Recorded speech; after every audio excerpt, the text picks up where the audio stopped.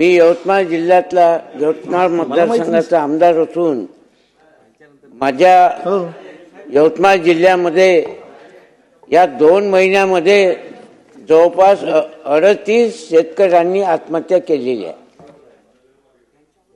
आणि बऱ्याच शेतकऱ्यांनी आत्महत्या केलेल्या असून अद्यापपर्यंत त्यांच्यापर्यंत सरकारची कोणतीही मदत पोहोचलेली नाही।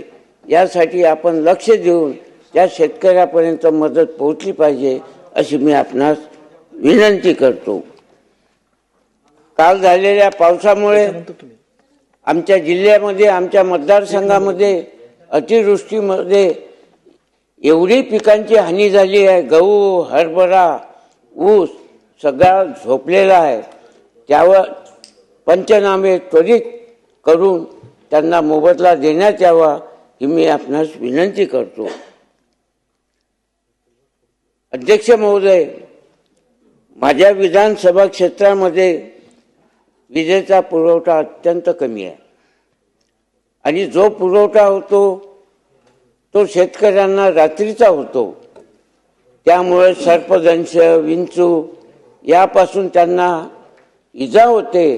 काही शेतकऱ्यांचा त्याच्यामध्ये मृत्यूसुद्धा होतो। तो विजेचा पुरवठा 12 तास आमच्या शेतकऱ्यांना दिवसा देण्यात यावा असे मी आपणास विनंती करतो। आज आपण सोलरसाठी एवढं आपण प्रसिद्धी देतो।